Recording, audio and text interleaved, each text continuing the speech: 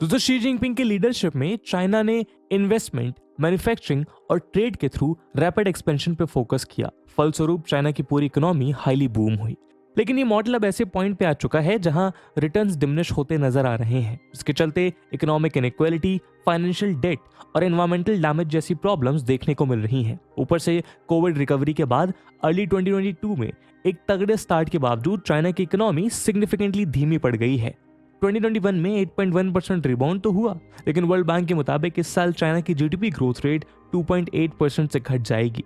वैसे तो China claim करता है कि 2022 के थर्ड क्वार्टर में उसकी इकोनॉमी 3.9% तक एक्सपैंड हुई है, लेकिन फिर भी वो अपने एनुअल टारगेट से काफी दूर है। इस डाउनटर्न का एक मेजर रीजन अनडाउटेडली कोविड-19 के चैलेंजेस हैं, जैसे लॉकडाउन्स और रेगुलेटरी क्रैकडाउन्स, लेकिन इसके अलावा भी प्रॉपर्टी बबल और एक्सट्रीम वेदर इवेंट्स का भी मेजर रोल है। यही नहीं, ये स्लम्प एक ऐसे समय में हो रहा है जब यूएसए के साथ चाइना के ट्रेड वॉर्स इंटेंसिफाई हो चुके हैं और बेल्ट एंड रोड इनिशिएटिव यानी बीआरआई जैसे मेगा इंटरनेशनल प्रोजेक्ट्स में चाइना सेटबैक्स फेस कर रहा है। साथ ही चाइना का प्राइवेट डेट 16.3 ट्रिलियन से ग्रो कर चुका है, जिसके कारण लगभग $3 ट्रिलियन बैड डेट की तरह जमा हो चुके हैं। अब आइए देखते हैं कि चाइना के इस सॉरी स्टेट के पीछे कौन से मेजर फैक्टर्स हैं।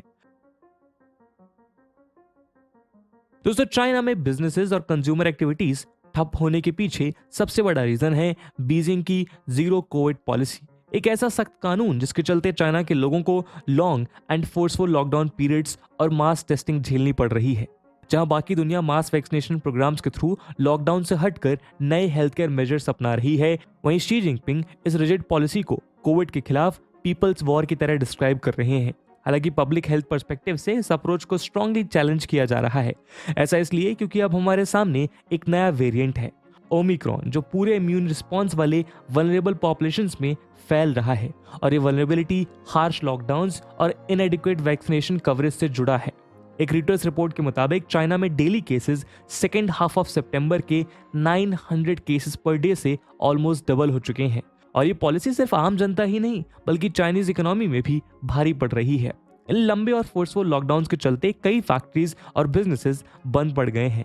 शेंजन और तियानजिन जैसे मेजर मैन्युफैक्चरिंग हब्स में इसका असर काफी गहरा रहा, जहां इकोनॉमिक एक्टिविटीज बुरी तरीके से हर्ट हुई। इनफैक्ट 20th पार्टी कांग्रेस शुरू होने के कुछ दिन पहले बीजिंग के हाइदियान डिस्ट्रिक्ट से पब्लिक प्रोटेस्ट के पिक्चर्स और फुटेजेस सामने आने लगे, जो चाइना जैसे ऑथोरिटेरियन कंट्री में कॉमन नहीं है। इससे आप अंदाजा लगा सकते हैं कि पब्लिक इन जनरल कितनी फ्रस्ट्रेटेड है।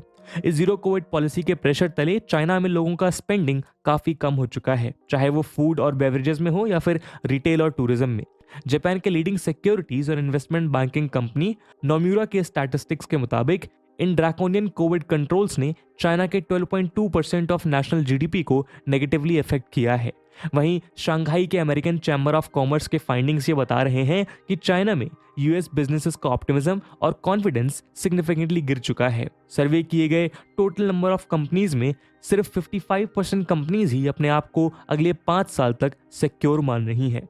चाइना जैसे एक एक्सपोर्ट ओरिएंटेड इकोनॉमी के लिए ये एक मेजर कंसर्न है, क्योंकि डोमेस्टिक डिमांड के साथ साथ फॉरेन डिमांड भी सिग्निफिकेंटली रिड्यूस हो चुकी है। एक्सपर्ट्स का मानना है कि जीरो कोविड पॉलिसी को एंड किए बगैर बीजिंग अपने इकोनॉमी को स्टिमुलेट नहीं कर सकता, क्योंकि जब तक लॉकडाउन्स नहीं हटेंगे तब तक बिजनेसेस एक्सपैंड नहीं होंगे और लोगों का परचेजिंग पावर नहीं बढ़ेगा। लेकिन फिलहाल चाइनीज कम्युनिस्ट पार्टी से ऐसा कोई सिग्नल नहीं आया है जिससे ये कहा जा सके कि कोविड रेस्ट्रिक्शंस को ईज किया जाएगा। ऐसे में इन्वेस्टर्स और मार्केट्स सिर्फ स्पेकुलेट ही कर सकते हैं कि इसका डैमेज कितना सीवियर होगा। ऑलरेडी इन रेस्ट्रिक्शंस की वजह से माइग्रेंट वर्कर्स और यंग पॉपुलेशन में अनएम्प्लॉयमेंट काफी बढ़ गया है।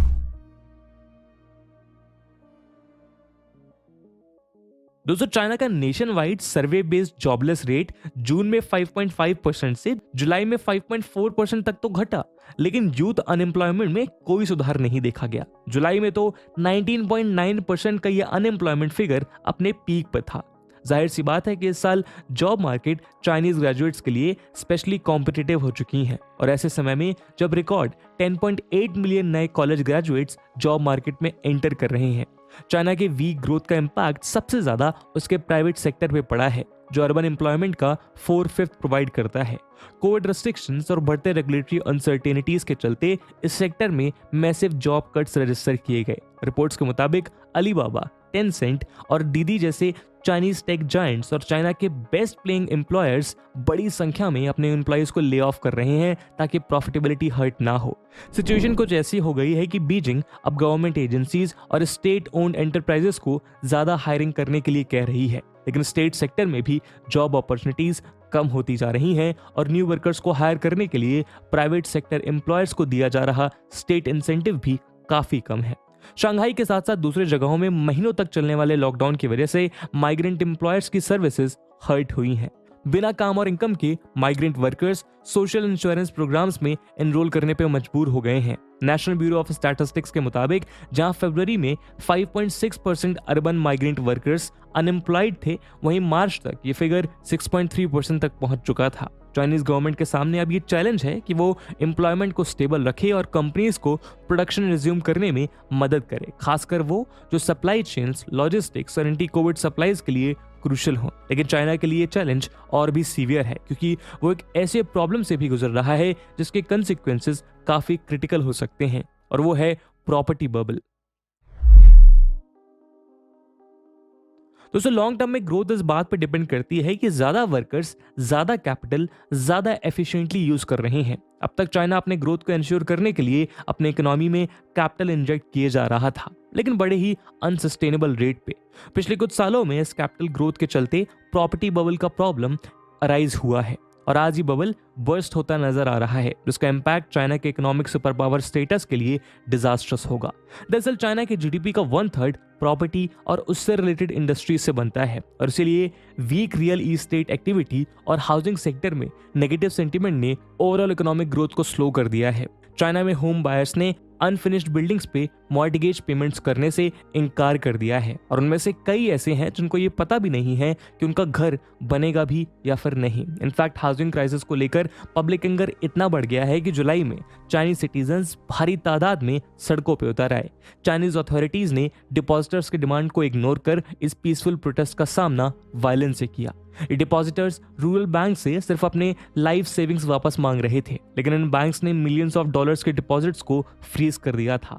इस बैंकिंग स्कैंडल ने हजारों कस्टमर्स के लाइवलीहुड को थ्रेटन तो किया ही, बल्कि चाइना के स्मॉलर बैंक के बिगड़ते फाइनेंशियल हेल्थ को भी एक्सपोज कर दिया।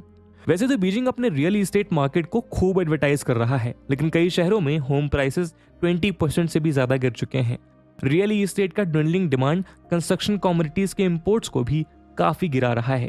प्रॉपर्टी डेवलपर्स पे इस प्रेशर को देखते हुए चाइनीज अथॉरिटीज को रियल इस्टेट मार्केट में कॉन्फिडेंस वापस लाने के लिए खूब मेहनत करनी होगी, पर अपने ऑथोरिटेरियन और ऑटोक्रेटिक रूल के चलते चाइना अपने लिए ही मेजर प्रॉब्लम खड़ी कर रहा है। फॉर एग्जाम्पल, टेक जायंट्स पे क्रैकडाउन जो चाइना की बिजनेस कम्युनिटी के लिए एक परेशानी रही है। दोस्तों, हाल ही में टेंसेंट और अलीबाबा ने पहली बार उनके रेवेन्यू ड्रॉप के बारे में रिपोर्ट किया। जहां टेंसेंट के प्रॉफिट्स 50% गिर गए, वहीं अलीबाबा का नेट इनकम आधा हो गया।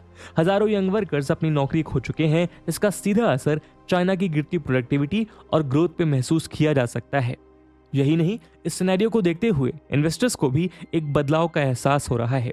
जैसे जैसे सत्ता पे शी जिनपिंग का कंट्रोल बढ़ता जा रहा है, वैसे वैसे चाइना के successful private companies greater scrutiny के दायरे में आ रही हैं। आज स्टेट ओन्ड कंपनीज जिस तरह फेवर अर्न कर रही हैं, उससे फॉरेन इन्वेस्टर्स अपना पैसा विड्रॉ करने पर मजबूर हो रहे हैं। फॉर एग्जाम्पल, जापान के सॉफ्ट बैंक ने अलीबाबा से एक huge amount of cash pull out कर लिया। वहीं वॉरेन बफेट की बर्कशायर हाथवे कंपनी ने इलेक्ट्रिक व्हीकल मेकर BYD में अपने स्टेक सेल कर रहा है और टेंसेंट से $7 बिलियन से भी ज्यादा वर्थ ऑफ इन्वेस्टमेंट को इस साल के सेकेंड हाफ तक विड्रॉ कर लिया गया है। यही नहीं, अमेरिकन स्टॉक कंपनीज में लिस्टेड चाइनीज कंपनीज पर भी चाइना हैवी क्रैकडाउन कर रहा है। जहां कई इन्वेस्टमेंट डिसीजंस पोस्टपोन किए जा रहे हैं, वहीं कुछ फॉरेन कंपनीज दूसरे कंट्रीज में अपने प्रोडक्शन को एक्सपैंड करने की सोच रही हैं। दुनिया धीरे धीरे इस बात से वाकिफ हो रही है कि बीजिंग शायद उतना बिजनेस फ्रेंडली ना रहे जितना वो हुआ करता था। दोस्तों, एक्सट्रीम वेदर कंडीशंस का लास्टिंग इम्पैक्ट अब चाइना के इंडस्ट्रीज में नजर आ रहा है। इस साल अगस्त में सिचुआन का वेस्टर्न प्रोविंस और चोंगचिंग शहर सीवियर हीट वेव और ड्रॉट की चपेट में आ गए। एयर कंडीशनिंग के बढ़ते डिमांड ने उस रीजन की इलेक्ट्रिसिटी ग्रिड को कमजोर कर दिया, खासकर इसीलिए क्योंकि ये रीजन मोस्टली हाइड्रो पावर पे डिपेंडेंट है। फॉक्सकॉन और टेस्ला जैसे मेजर मैन्युफैक्चरर्स को अपनी फैक्ट्री आवर्स को कट करना पड़ा और कुछ केसेस में कंप्लीटली बंद भी।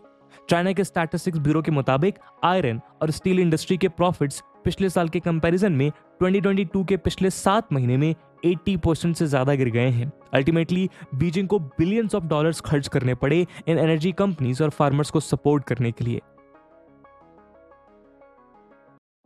दोस्तों, चाइनीज स्टैब्लिशमेंट के सामने इमीडिएट चैलेंज ये है कि वो इकोनॉमिक ग्रोथ को उसके रेस्ट्रिक्टिव जीरो कोविड पॉलिसी के साथ कैसे एडजस्ट करे और किस पेस पे। वैसे ये भी साफ है कि चाइना इस डेवलपमेंट और रिफॉर्म के इंपॉर्टेंस को डेलिबरेटली नजरअंदाज कर रहा है और इकोनॉमिक ग्रोथ के बजाय वो सिक्योरिटी और आइडियोलॉजी को प्रायोरिटी दे रहा है। अब 20th पार्टी कांग्रेस को ही ले लीजिए, जहां लेजिस्लेशन लॉ को रिवैम्प करने के लिए एक ड्राफ्ट अमेंडमेंट को सामने लाया गया, लेकिन नए लॉज बनाने की लिस्ट ऑफ प्रिंसिपल्स में ओपनिंग सेक्शन को हटा दिया गया। इसमें लिखा था कि लॉ मेकिंग इकोनॉमिक डेवलपमेंट के अराउंड होना चाहिए, जो रिफॉर्म और ओपन मार्केट को प्रमोट करे। वैसे तो प्रेसिडेंट शी जिनपिंग इस बात को दोहराते हैं कि इकोनॉमिक डेवलपमेंट उनके पार्टी की टॉप प्रायोरिटी है, लेकिन कांग्रेस को दिए गए अपने रिपोर्ट में शी ने इकोनॉमी से ज्यादा सिक्योरिटी पे एम्फेसिस किया। शी के न्यू नॉर्मल वाले विजन में कंजम्पशन और सर्विसेज इकोनॉमिक एक्सपेंशन के मेन ड्राइवर्स रहे हैं, ना कि इन्वेस्टमेंट्स और एक्सपोर्ट्स। पर इन मेजर्स ने चाइनीज इकोनॉमी को शायद उसके सबसे बड़े क्राइसिस की ओर ढकेल दिया है। तो आखिर शी जिनपिंग के पास अब क्या ऑप्शंस हैं? एक्सपर्ट्स का मानना है कि शी की नई इकोनॉमिक टीम को चाइना के टेक्नोलॉजी सेक्टर पे रेगुलेटरी प्रेशर को कम करना चाहिए। गोल्डमैन सैक्स के एस्टिमेट्स के मुताबिक पिछले साल क्रैकडाउन के चलते लगभग $3 ट्रिलियन चाइनीज टेक सेक्टर की वैल्यू गिर गई थी। टेक क्रैकडाउन जैसे एक्सेसिव और काउंटर प्रोडक्टिव पॉलिसी को खत्म करने के बाद ही चाइनीज गवर्नमेंट इन्वेस्टर्स को पॉजिटिव सिग्नल दे पाएगा कि वो एक प्रोस्पेक्टिव रोबस्ट इकोनॉमिक ग्रोथ का हिस्सा बने। साथ ही रियल एस्टेट का रिवाइवल भी चाइना के लिए क्रूशियल है, क्योंकि वो करीब 2 दशक से चाइनीज इकोनॉमी को ड्राइव कर रहा है। चाइना की जीडीपी ग्रोथ का 17 to 29% रियल एस्टेट के कॉन्ट्रीब्यूशंस को जाता है और इसलिए रियल एस्टेट का रीइमर्जेंस चाइना को एक पॉजिटिव ग्रोथ की तरफ ले जा सकता है। दोस्तों, ये हुई डोमेस्टिक सिनेरियो की बात। चलिए अब चाइना के इकोनॉमिक स्लोडाउन के पीछे रिस्पॉन्सिबल एक्सटर्नल इम्पैक्ट के बारे में बात करते हैं।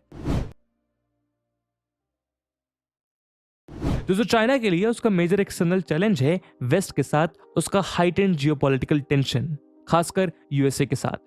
एक्सपर्ट्स के मुताबिक यूक्रेन क्राइसिस पे रशिया का साथ देने के लिए चाइना पे अमेरिका के स्ट्रिक्ट एक्सपोर्ट कंट्रोल्स लगने वाले हैं, जो उसकी कटिंग एज टेक्नोलॉजीज और हाईटेक मैन्युफैक्चरिंग इक्विपमेंट एक्सेस को रेस्ट्रिक्ट कर देगा। ये टेक्नोलॉजीज सेमीकंडक्टर्स, आर्टिफिशियल इंटेलिजेंस और क्वांटम कंप्यूटिंग जैसे स्ट्रेटेजिक इंडस्ट्रीज के लिए क्रूशियल है।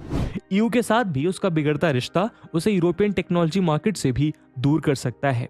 इंडिया की बात करें तो चाइना का ये क्राइसिस इंडियन इकोनॉमी के लिए चैलेंजेस के साथ साथ कुछ अपॉर्चुनिटीज भी प्रोवाइड कराएगा या फिर करा रहा है। पिछले कुछ सालों में चाइना के साथ इंडिया का ट्रेड सिग्निफिकेंटली इंक्रीज हुआ है। 2013 और 14 में इंडियन एक्सपोर्ट्स में जहां चाइना का शेयर 10.7% था, वहीं 2020 और 21 में वो 16.6% बना। उधर चाइना में इंडियन एक्सपोर्ट्स का शेयर उसी पीरियड में 6.4% से 7.2% तक राइज किया। नेचुरली चाइना के इस इकोनॉमिक क्राइसिस का असर इंडियन ट्रेड सेक्टर में काफी सिग्निफिकेंट होगा, क्योंकि एक्सपोर्ट से ज्यादा चाइना से उसके इंपोर्ट्स जैसे इलेक्ट्रिकल मशीनरी और गुड्स इंडिया के एनर्जी और ग्रोथ के लिए इंपॉर्टेंट है। लेकिन एनालिस्ट का मानना है कि इंडिया इस चैलेंज को अपॉर्चुनिटी में बदल सकता है अगर वो अपने इंपोर्ट सोर्सेस को डाइवर्सिफाई करे, जिससे चाइना पे डिपेंडेंस को कम किया जाए। यही नहीं, ये एक अहम मौका है जब इंडिया अपने कैपेबिलिटीज को बिल्ड कर खुद को एक ग्लोबल मैन्युफैक्चरिंग हब की तरह असर्ट कर पाएगा। इंडिया का एक मेजर एडवांटेज है कि उसकी यंग पॉपुलेशन को एम्प्लॉयमेंट अपॉर्चुनिटीज की तलाश है। ऐसे में अगर इंडिया सिग्निफिकेंट ग्लोबल इन्वेस्टमेंट्स को अट्रैक्ट कर पाए तो ये उसके लिए गोल्डन अपॉर्चुनिटी होगी। फाइनली, चाइना का इकोनॉमिक क्राइसिस इंडिया के लिए पॉलिटिकली भी काफी रेलेवेंट है, क्योंकि इस मौके का फायदा उठाकर इंडिया अपने आप को एशिया और ग्लोबल लेवल पे रीपोजिशन कर पाएगा। साउथ एशिया के मेजर इकोनॉमीज आज क्राइसिस से गुजर रहे हैं, चाहे वो श्रीलंका हो, पाकिस्तान, नेपाल या फिर बांग्लादेश, और ये सारे ही चाइनीज एड पे डिपेंडेंट हैं। हालांकि चाइना अपने खुद के क्राइसिस के चलते वो फाइनेंशियल हेल्प प्रोवाइड नहीं करा पा रहा है जितना उसे कराना चाहिए। ऐसे में पाकिस्तान को छोड़ के इंडिया इन सारे ट्रबल्ड इकोनॉमीज को एड दे के मदद कर रहा है, जिससे उसका रीजनल पोजीशन मजबूत होता नजर आ रहा है।